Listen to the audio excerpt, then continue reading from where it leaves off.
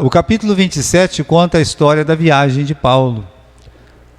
Paulo, ele vai viajar, e não é uma viagem que ele paga a passagem, é a primeira vez que ele não paga a passagem para viajar.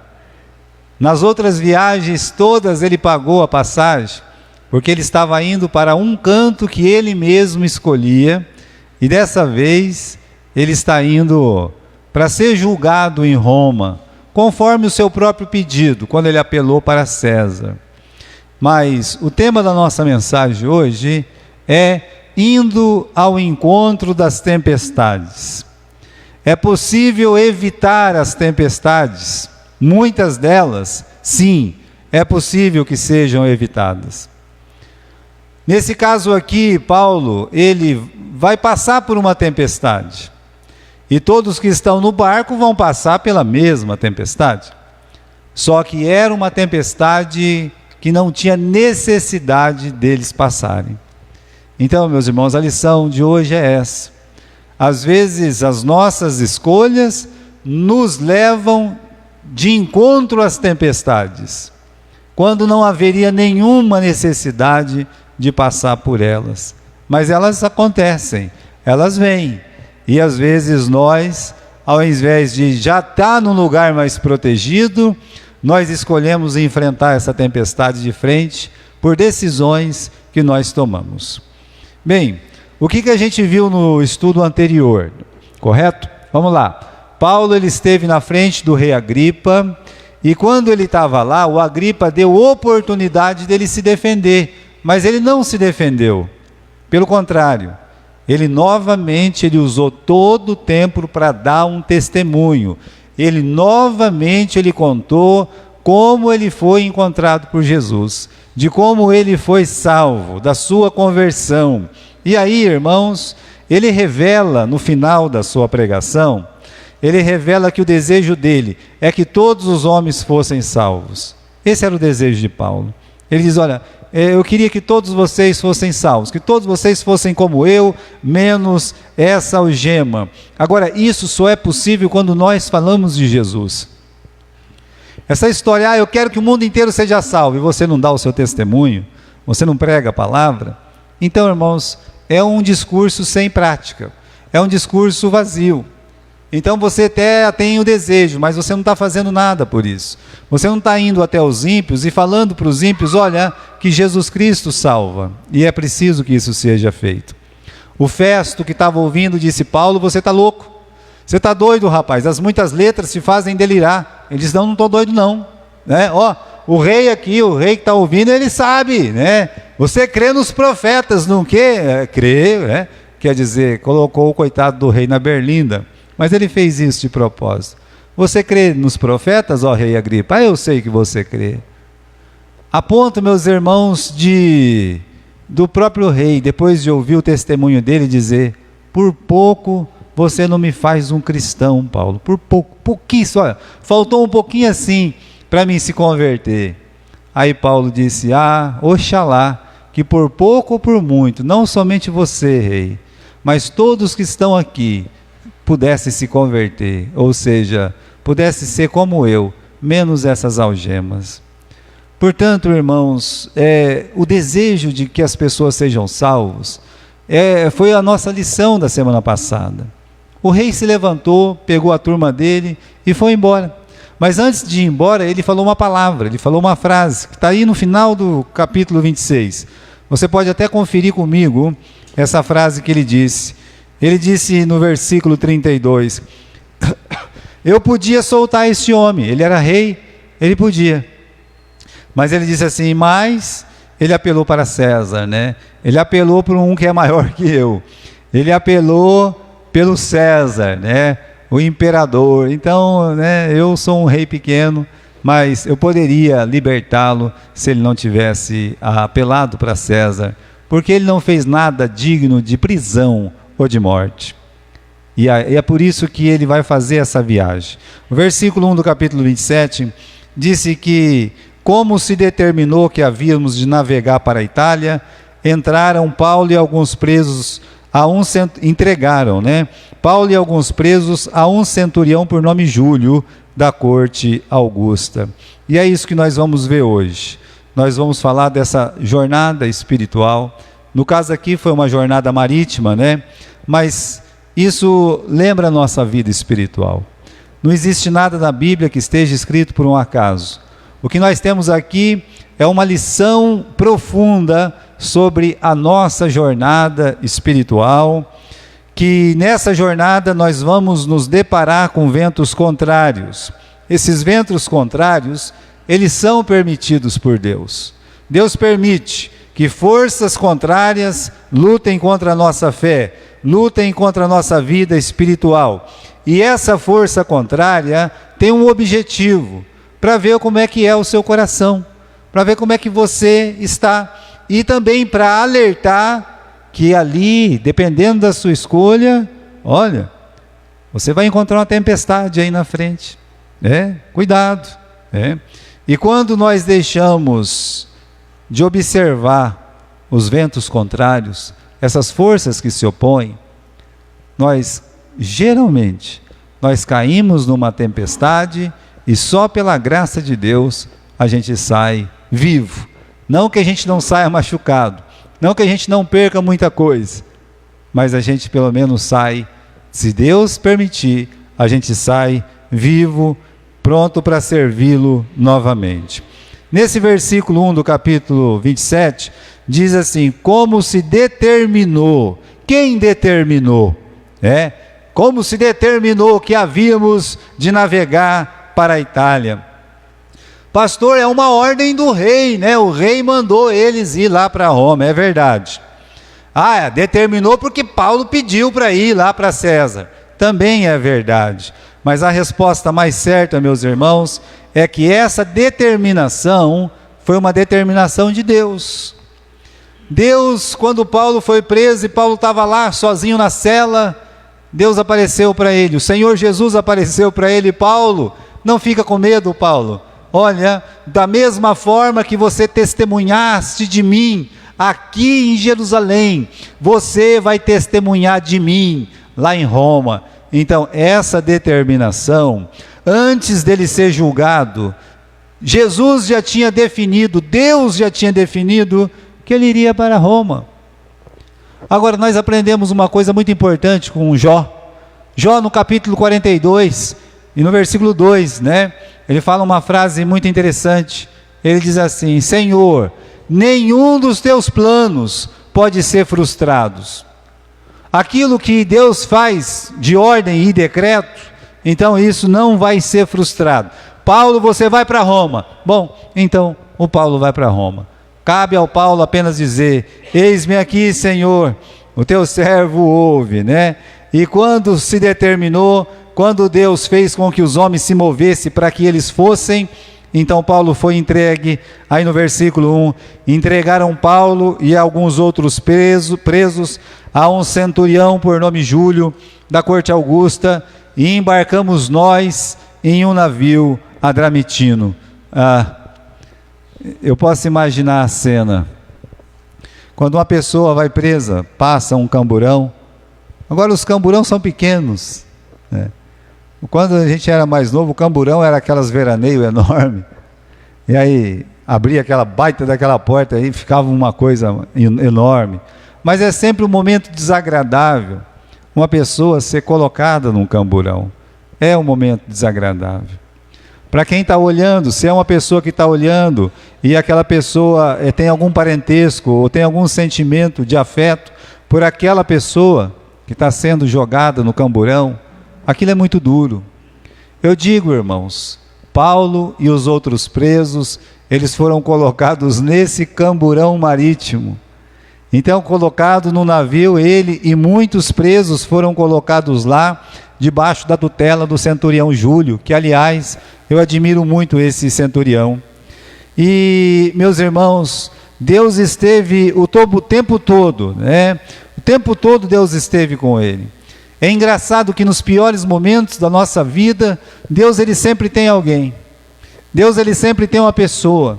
No caso aqui, o governador, seja o Félix, seja o Festo, sempre tratou Paulo com brandura. Agora eles entregam Paulo na mão desse centurião, E o que você lê na passagem aqui do capítulo 27 é isso mesmo. É no versículo 3. Diz assim: chegamos no dia seguinte a Sidom, e Júlio tratou Paulo humanamente, permitindo que ele pudesse ir ver os seus amigos para que cuidassem dele. É provável que ele era o único preso que era tratado dessa forma, mas de qualquer forma, irmãos, esse centurião Júlio, ele tratava Paulo com brandura, tratava Paulo humanamente, e isso só pode vir de Deus. Quando você lê sobre os centuriões na Bíblia, você vai admirando cada vez mais essas pessoas, e por um motivo que nós desconhecemos ainda totalmente, Deus, Ele usou muito esses centuriões, usou muito esses homens, não somente no ministério de Jesus, mas em toda a história da igreja. Da cela para o camburão, do camburão ele vai passar para outro camburão maior, vai mudar de navio no meio do caminho, não é? E assim, meus irmãos, Paulo, nesse ponto ele se parece com Jesus. Ele foi contado com os malfeitores. Você jogado num camburão, uma pessoa de longe se vê, vamos dizer que seja uma pessoa muito idônea. Pegue qualquer um de vocês que está aqui dentro da igreja, e por algum motivo que nem você saiba, injustamente como aconteceu com Paulo, acabamos de ler no capítulo 26, que o próprio rei, mas isso já tinha sido dito por tribuno, e também já tinha sido dito por Félix, todos eles chegaram à mesma conclusão: esse homem nada fez digno de prisão e de morte, mas ele está sendo jogado lá no camburão. E se qualquer um de vocês fossem jogado no camburão junto com os outros presos, se você estivesse naquele ônibus que só carrega preso, e você fosse jogado lá dentro, o que eles iam pensar de você? Os soldados, eles queriam matar todos os presos, inclusive Paulo, porque para os soldados que estavam ali, naquele navio que praticamente só tinha preso, para eles, Paulo era apenas um preso a mais, ou seja, um bandido a mais.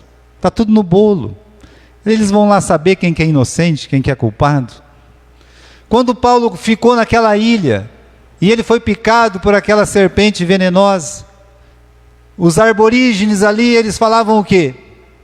Olha, esse homem é um assassino, ele escapou, a justiça divina, ele não morreu afogado, é a justiça divina agora, está pegando ele, e ele foi picado por uma cobra. Então, irmãos, Deus está sempre com a pessoa, mesmo ele sendo confundido como um bandido, como um malfeitor, Deus estava com ele, e ele tinha um centurião para cuidar dele. Nessa viagem, ele teve amigos de viagem. Esse é outro fator interessante nessa história. Ele vai encontrar 3 tipos de amigos aqui. 2 irmãos em Cristo viajam junto com ele. Eles não precisavam ir. Eles quiseram entrar naquele camburão junto com Paulo. Um deles é Lucas, que está escrevendo o livro. E o outro é Aristarco. Cada vez que eu leio o livro de Atos, e às vezes desconhecendo os personagens da Bíblia, nós passamos a admirar mais ainda personagens como Epáfras e como Aristarco.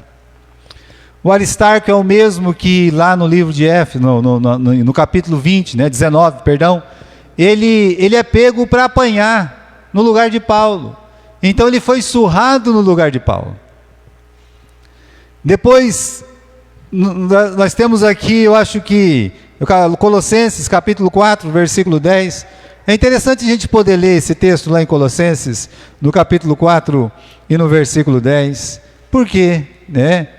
Porque, irmãos, nós temos uma palavra ali, dita pelo apóstolo Paulo, que explica um pouquinho sobre essa espiritualidade, esse espírito de companheirismo que tinha o nosso Aristarco. Capítulo 4, versículo 10. Aristarco está preso comigo. O que esse homem fez, irmãos? Ele não tinha feito nada.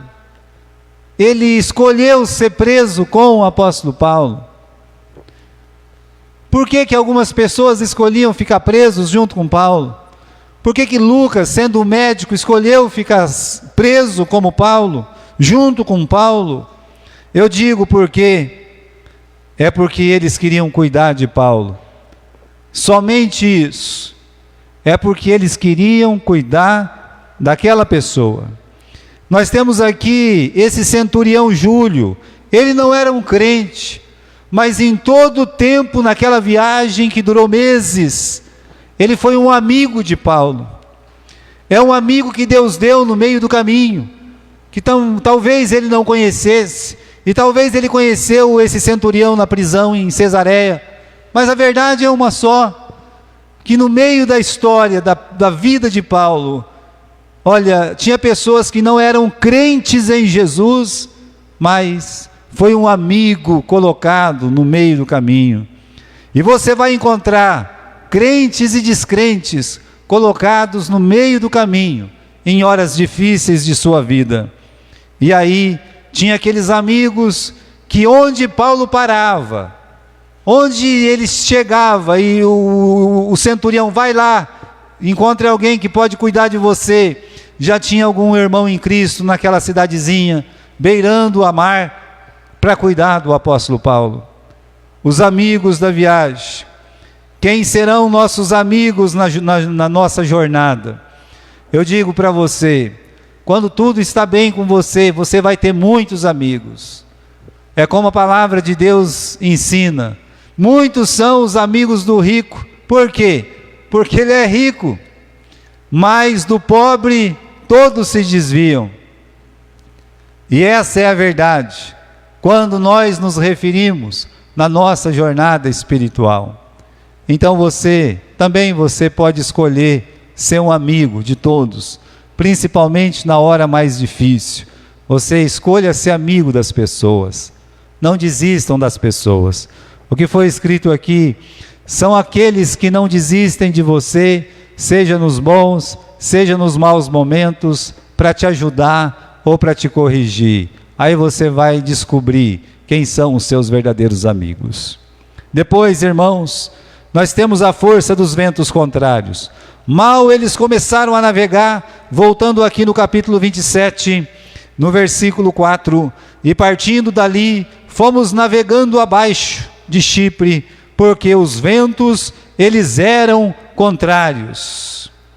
E aí no versículo 7, diz que como por muitos dias navegássemos vagarosamente, havendo chegado apenas defronte a Cnido, não nos permitindo o vento ir mais adiante. Veja só, vai se repetindo essa realidade, os ventos contrários, que desde o início eles estão enfrentando. E se perguntássemos para a Bíblia, e se perguntássemos para nós mesmos, o que são ventos contrários? Como nós podemos definir ventos contrários numa vida espiritual, numa jornada espiritual? Você já dirigiu Kombi? Kombi na estrada pode estar alinhada como for, alinhadíssima. Mas essas Clipper, como a da igreja aqui, quando o vento bate, o que ela faz? Ela joga para um lado, ela joga para o outro. Há uma resistência muito grande. O vento resiste. A pessoa magra, quando está ventando muito, ela sofre. Eu sofro, vou ficar lutando com o vento lá, sabe? Você vai para frente, o vento te joga para trás. Você pesa menos que o vento às vezes, né? Então imagine. É a força do vento. Então, ventos contrários significa uma força que se opõe à sua vida espiritual. Aqui, o cristão, ele sempre enfrentará uma força que se opõe, ou um vento contrário. Aquilo que você crê, aquilo que você ensina, aquilo que você vive. O crente hoje, ele tem um vento contrário muito grande sobre ele. Quando você carrega no bolso essa contrariedade, muitas vezes. As coisas estão partindo para ficar cada dia mais difíceis. Como o próprio Paulo, ele afirmou, quando ele disse, nos últimos dias virão dias difíceis. Nós estamos vivendo esses dias difíceis para a igreja. É por isso que está havendo uma mutação nas igrejas. As igrejas, elas estão ficando com a cara do mundo, eles estão se adaptando a esse mundo perdido, para ter mais gente, para não perder ninguém. Mas isso não é bom, isso é errado. Forças que se opõem àquilo que você crê, àquilo que você prega, àquilo que você vive, forças que se levantam contra a sua vida espiritual, que se levanta contra a própria igreja, ou seu ministério na igreja. Você tem um ministério na igreja, acontece alguma coisa, e você logo se desanima. Pois bem, é uma força contrária, mas isso é um motivo. Não existe motivo para uma pessoa deixar a casa do Senhor. Não existe, nenhum. Você tem que defender a sua fé, quando você está na casa do Senhor. Nós temos um artigo no nosso estatuto. Vamos dizer que tem os artigos de fé no nosso estatuto, e você crê exatamente nos artigos de fé. Aí se levanta um grupo bem maior dentro da igreja, que diz assim, não, isso está errado. Você sabia que se você tiver, independente do número, na minoria que seja, ou sozinho que seja, se você dizer, eu estou do lado da palavra, todos têm que sair e você tem que ficar? Porque o estatuto favorece aquele que crê na Bíblia, na palavra de Deus. Você sabia disso? Ventos contrários são forças que se opõem a você, ao seu trabalho na igreja, ou contra a própria igreja. Não vamos esquecer disso. O que os ventos contrários podem fazer? No versículo 4, diz que eles estavam navegando abaixo de Chipre, ou seja, abaixo da linha. Quando o vento sopra contra a sua vida espiritual, você é tentado a viver abaixo da linha da vida espiritual que Deus quer para você. Geralmente a Bíblia, ela não permite você comer comida daqueles animais terrestres que se arrastam na terra, porque são considerados imundos. E o motivo é muito simples. É porque quando nós nos abaixamos e nos arrastamos para viver nos dizeres e ensinos deste mundo, desta terra, nós não temos vantagem. Os ventos contrários às vezes faz a gente abaixar o nosso nível espiritual. Os ventos contrários faz a gente procurar um lugar mais seguro para navegar, né? Um meio mais seguro para navegar. Veja no versículo 6, que o centurião, por causa daquele vento que estava, ele trocou de navio. Então ele encontrou um navio de Alexandria, que navegava para a Itália. Olha, irmãos, é que os navios de Alexandria, você sabe, Alexandria ficava no Egito. O Egito era o celeiro do mundo, vocês estão lembrados disso?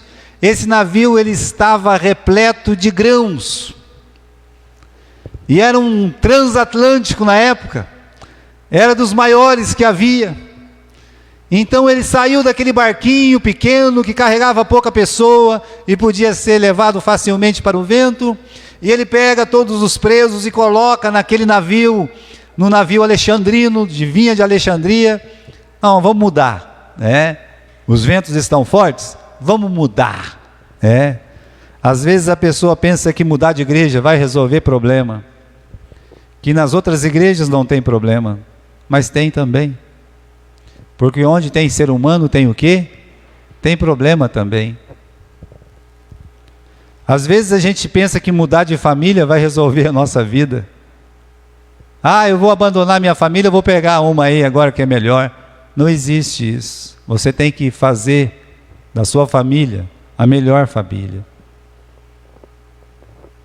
Às vezes a gente fica lá, pensa no emprego e sai do emprego e vai para o outro achando que aquilo ali vai ser melhor, que aquele patrão, ele não vai fazer o mal que aquele outro está fazendo, de chamar minha atenção o tempo todo. Depois de um tempo você descobre que todos os patrões, eles costumam mandar, por isso que eles são patrões.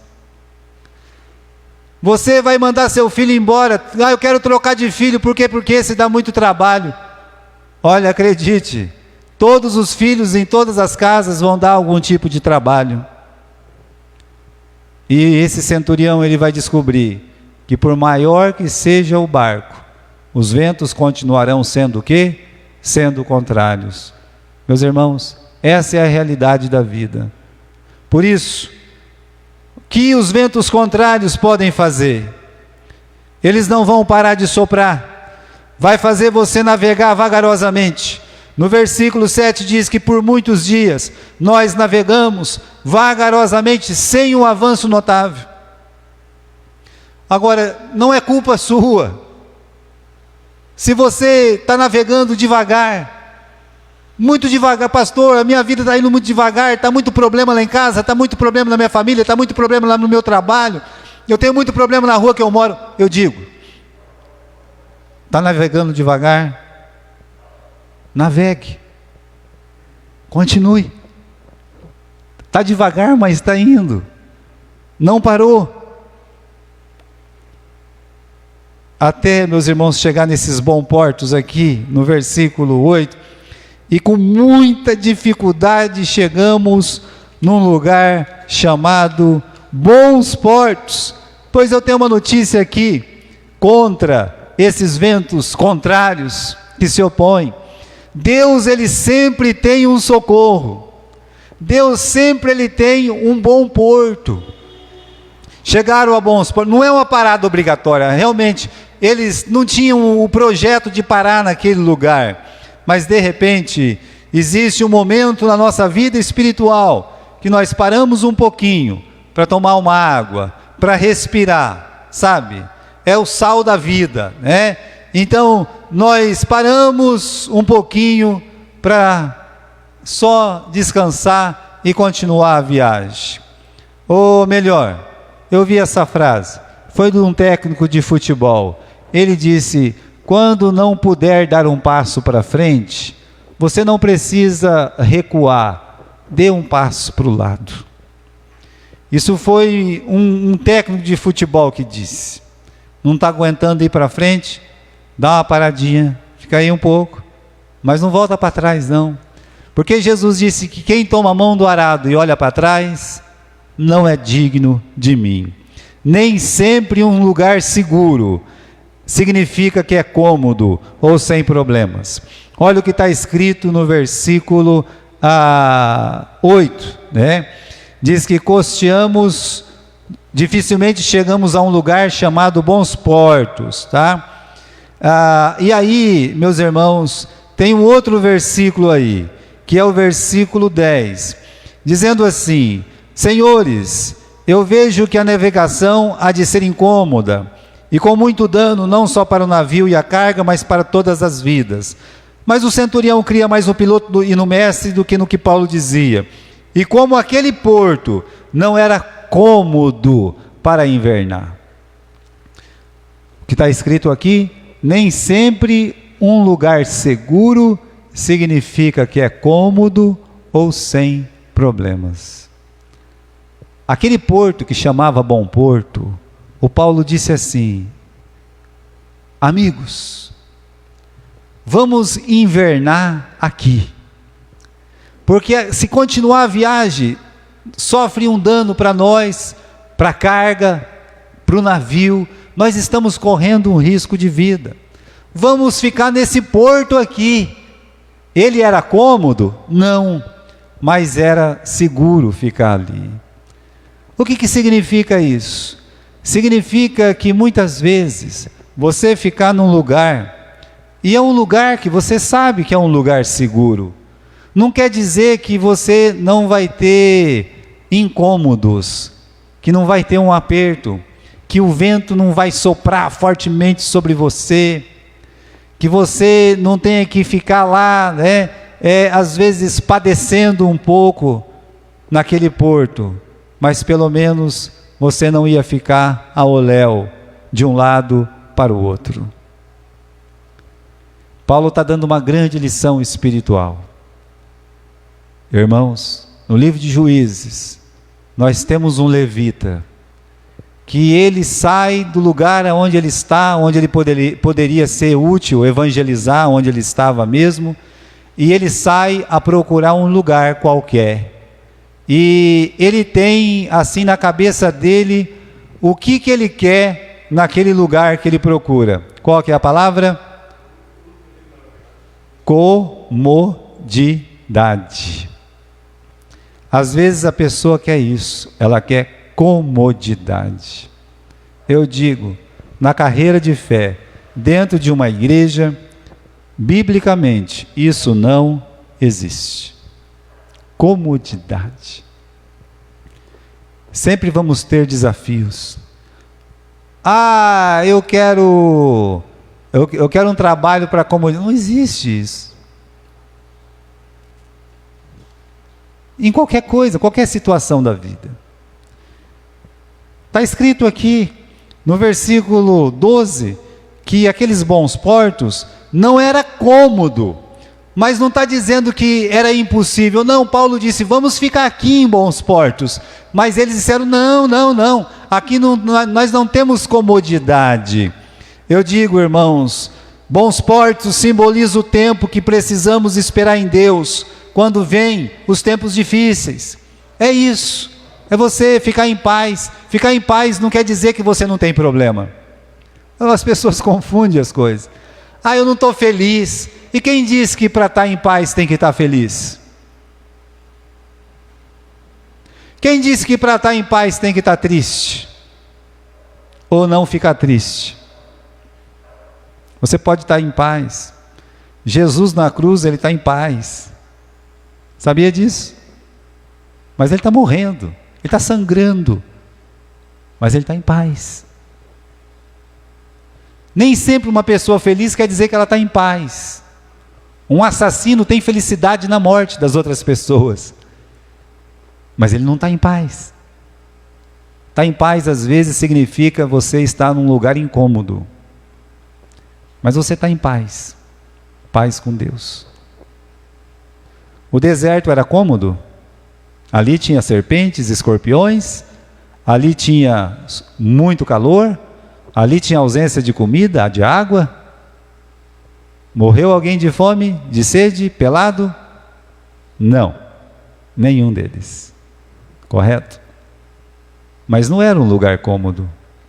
Então Paulo está dizendo, vamos ficar aqui mesmo, onde nós estamos. Mas aí veio a ideia da comodidade. É mais cômodo mudar, sair, se afastar. É mais cômodo. Eu digo aí, o que fazer em tempos contrários? Olha o conselho de Paulo. Paulo, ele quer que eles fiquem, quer que eles esperem o inverno passar e depois continuem a viagem. Existe um inverno na vida de cada um de nós. E tudo que nós precisamos nesse inverno é esperar ele passar. Às vezes tem aqueles filmes, né? Aqui no Brasil não tem isso. Lá em Gramado nevou, nevou. Cai lá um tiquinho de nada. Neve é nesses outros países aí, né? Lá é neve. A pessoa fica dentro de casa, não pode sair muitas vezes. Mas espera o inverno passar. Você vai ver que depois vai vir um sol e você vai abrir a sua janela, os passarinhos vão cantar, novamente o verde vai aparecer. O Hudson tirou umas fotos, eu disse, é preto e branco isso aqui? Eu disse, não, é que no inverno lá é assim mesmo, pastor, fica tudo cinza lá. Mas as árvores estão cinza. Não, fica cinza mesmo, né? Que coisa, hein? Sabe o que vai acontecer com aquelas árvores? Todas elas vão ficar verdinhas, todas. Acredite, irmãos. Eu sei que nós ainda estamos no inverno, mas um dia as coisas vão ficar verdes. Eu creio nisso também. Olha, vamos continuar. Paulo tinha um conselho, mas tinha outro conselho. O conselho do versículo 11. 11 não, versículo 12. E como aquele porto não era cômodo para invernar, os mais deles foram de parecer que se partisse dali para ver se podiam chegar a Fênix, que é um porto de Creta, que olha para o lado do vento sudoeste e noroeste, e invernar ali. Olha, só ia mudar de lado do mar Mediterrâneo. Uma coisinha de nada. Mas tem uma palavra aqui. Eles dizem assim, diz no versículo 12, né, que não era cômodo, mas tem uma palavra ali, que eles dizem, olha, para ver se podiam chegar a Fênix, que é um porto de Creta, que olha para o lado do vento sudoeste e noroeste, e invernar ali. Eles queriam passar o inverno sem sem serem incomodados. Vamos passar o inverno de uma forma melhor, né? Mais sossegado. Qual que é o conselho do timoneiro? Deixar o lugar, navegar para Fênix. E vocês sabem, irmãos, Fênix é aquela ave que está sempre ressurgindo, né? Está sempre começando de novo. Simboliza aquela pessoa que se acha que é especial, superior às outras, né? Fênix é uma ave que simboliza isso aí. Ninguém pode me derrubar, né? Me derrubar eu nasço de novo. Tá bom. A quem ouvir? O conselho de um homem de Deus tentando evitar futuros danos na vida das pessoas e o que eles carregavam? Ou o conselho dos homens que busca comodidade? Como diz aquela frase, já que eu tenho que sofrer, já que eu tenho que passar o inverno, que seja onde? Em Paris. É assim que as pessoas falam, já que eu tenho que sofrer, que seja em Paris. Sofrer, vai sofrer em qualquer lugar, só vai gastar um pouco mais de dinheiro lá em Paris. A quem ouvir? Então, irmãos, aqui vai um conselho não o meu, tá? Aqui é um conselho da palavra de Deus. O conselho é, aprenda a ouvir o conselho dos homens de Deus. Aprenda.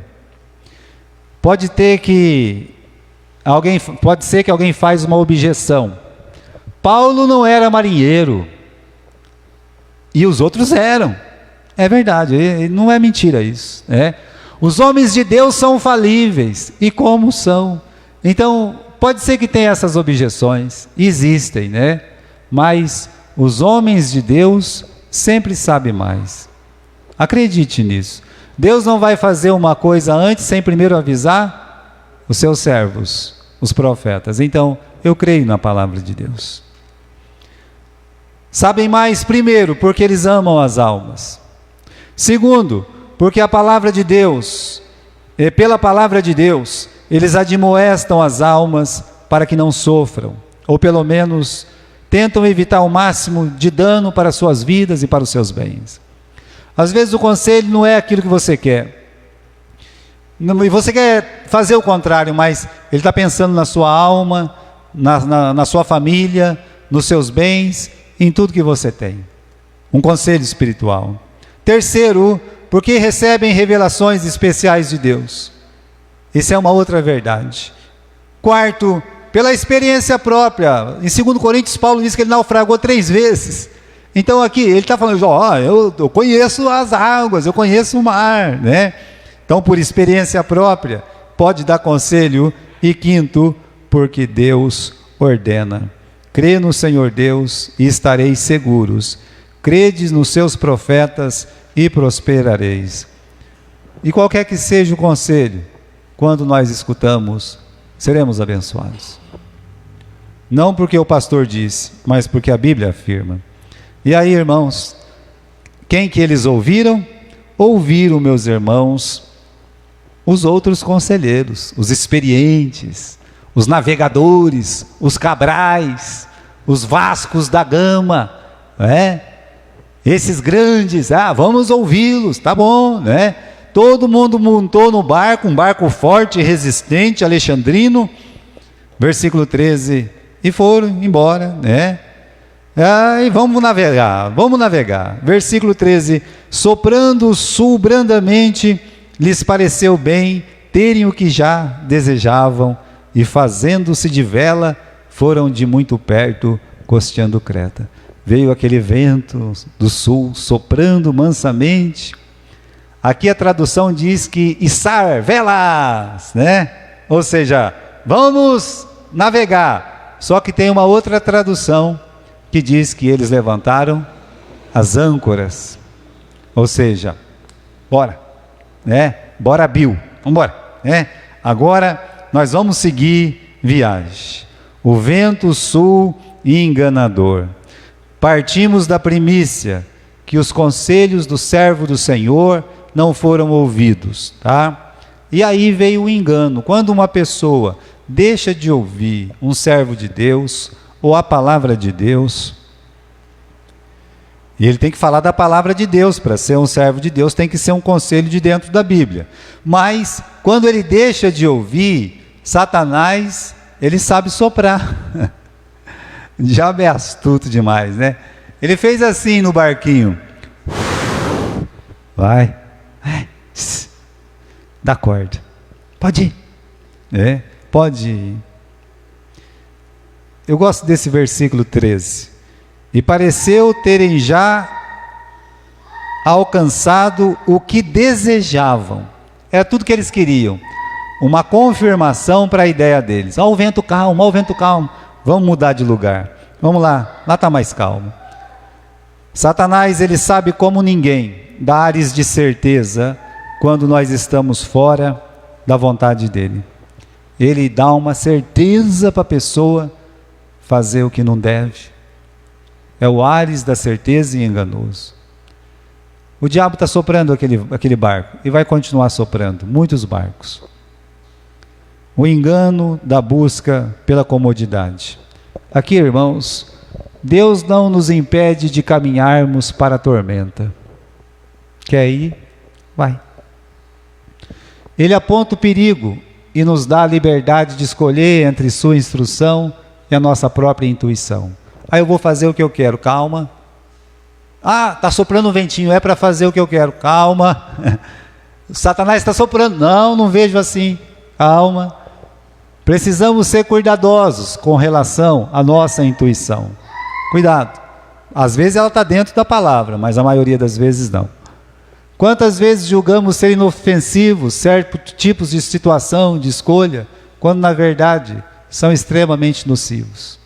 Aqueles marinheiros se deixaram enganar por uma temporária brisa, mesmo sabendo que se aproximava o inverno. Então, o nosso desejo e afã de cometer uma falha, um erro, sopra um vento brandamente, como se nada de mal viesse a acontecer. Mas olha o que diz o versículo 14. Não muito tempo depois, deu nela quem?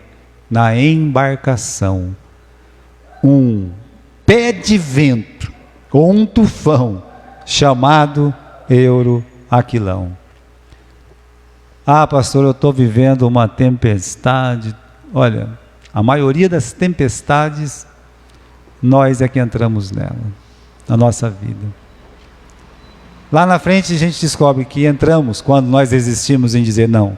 E de cara você já sabe, foi a minha infeliz escolha que me fez entrar nessa tempestade. E agora? Agora é só a semana que vem, né? Porque a continuação do nosso estudo está na semana que vem.